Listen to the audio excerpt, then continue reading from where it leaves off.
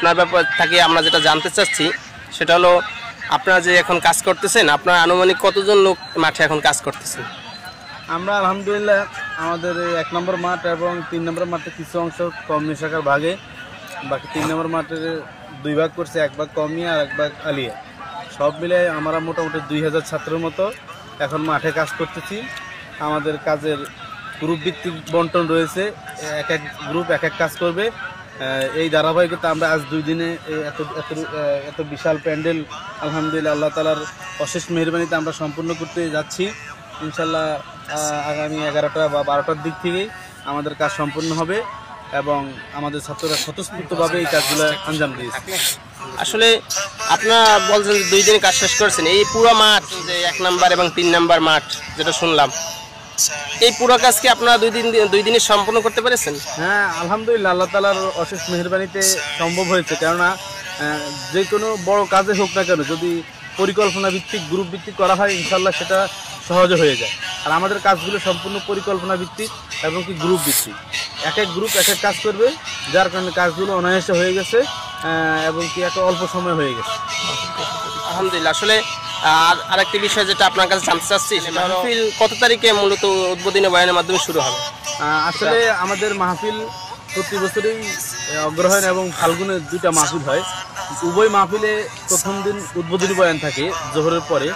এরই ধারাবাহিকতা আমাদের মাহফিল হলো মূলত 27, 28, 29 নভেম্বর, বুধ, বৃহস্পতি, শুক্রবার এবং শনিবার সকালে মুনাজাত। এই ধারাবাহিকতা আমাদের উদ্বোধনী বয়ান হবে বুধবার জোহর বাদ। এখানে আপনারা মাহফিলে উপলক্ষে আপনাদের ছাত্র মুজাহিদ ভাইরা কাজ করতেছেন, আপনারা ব্যতিরিক্ত অন্য কেউ কি মাঠের উপলক্ষে মাহফিল উপলক্ষে কি কোনো কাজ করতেছে?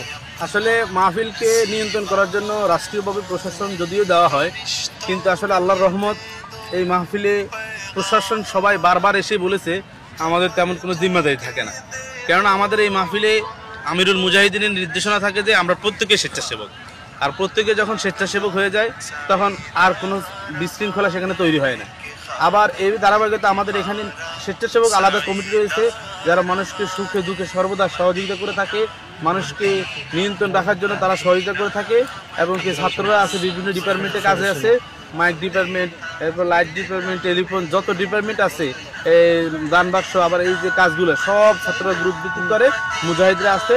প্রশাসন রাষ্ট্রীয়ভাবে প্রশাসন যে কাজগুলো আমাদেরকে দিয়ে করে থাকেন প্রশাসনরা, সেই প্রশাসন আমাদেরকে বারবার আশ্বস্ত করছে যে আমরা এখানে যদিও রাষ্ট্রীয়ভাবে এসেছি কিন্তু আমাদের কোনো কাজ তেমন করার প্রয়োজন হয় না। এই কাজের অভিজ্ঞতা আপনার কত বছর? আপনি কত বছর যাবত এখানে কাজ করতেছেন? আমি আলহামদুলিল্লাহ আল্লাহ তাআলার অশেষ মেহেরবানিতে আমি আজকে দীর্ঘ 11 বছর যাবত এই কাজগুলো করে আসছি। আমি সেই 2014 থেকে শুরু করে 2013 থেকে 13 শুরু করে এই 24 পর্যন্ত আজকে করতেছি। থেকে এখানে স্টুডেন্ট? আমি এখানকার ইসলামী জুরিসপ্রুডেন্স অফ মুসলিম ল অর্থাৎ ফতোয়া ইসলামী আইন গবেষণা বিভাগের একজন অধ্যয়নরত ছাত্র। আমার পড়াশোনা একেবারে শেষ পর্যায়ে। আমি এখানকে প্রায় 11 বছর যাবত ছাত্র। ও আচ্ছা, যে বাকি যারা মাহফিলে আসতেছে এবং আসবে তাদের উদ্দেশ্যে আপনি কিছু বলবেন কিনা? আসলে আমি যারা মাহফিলে আসে এখানে তরিকার বক্তব্য প্রত্যেকেই আবেদন করি আপনারা মাহফিলে আসেন এবং কি মাহফিল উপভোগ করুন, দিনই আলোচনা শুনুন, যার মাধ্যমে আমরা পথ নির্দেশনা পেতে পারি।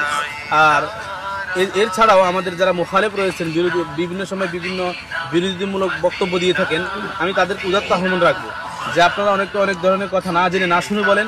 আমি প্রত্যেককে আহ্বান রাখবো আপনারা আসুন, দেখুন, শুনুন, বুঝুন, তারপরে মন্তব্য করুন। ইনশাল্লাহ যখনই আপনি আসবেন, দেখবেন, শুনবেন, আপনার মন্তব্য পরিবর্তন হয়ে যাবে, আপনি আল্লাহ ওয়ালাদের সোহবতে চলে আসবেন, আপনি আনুগত্যশীল বান্দাদের মধ্যে অন্তর্ভুক্ত হবেন।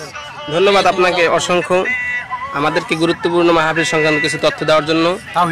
আমরাও দোয়া চাচ্ছি আপনাদের কাছে, আপনারা সবাই আমাদের জন্য দোয়া করবেন, আমরা যেন ভালোভাবে আমাদের মিডিয়ার কাজগুলো করতে পারি এবং দিনের স্বার্থে করতে পারি, এই জন্য আপনাদের কাছে দোয়া চাচ্ছি। আমিও দোয়া চাচ্ছি। Thank you.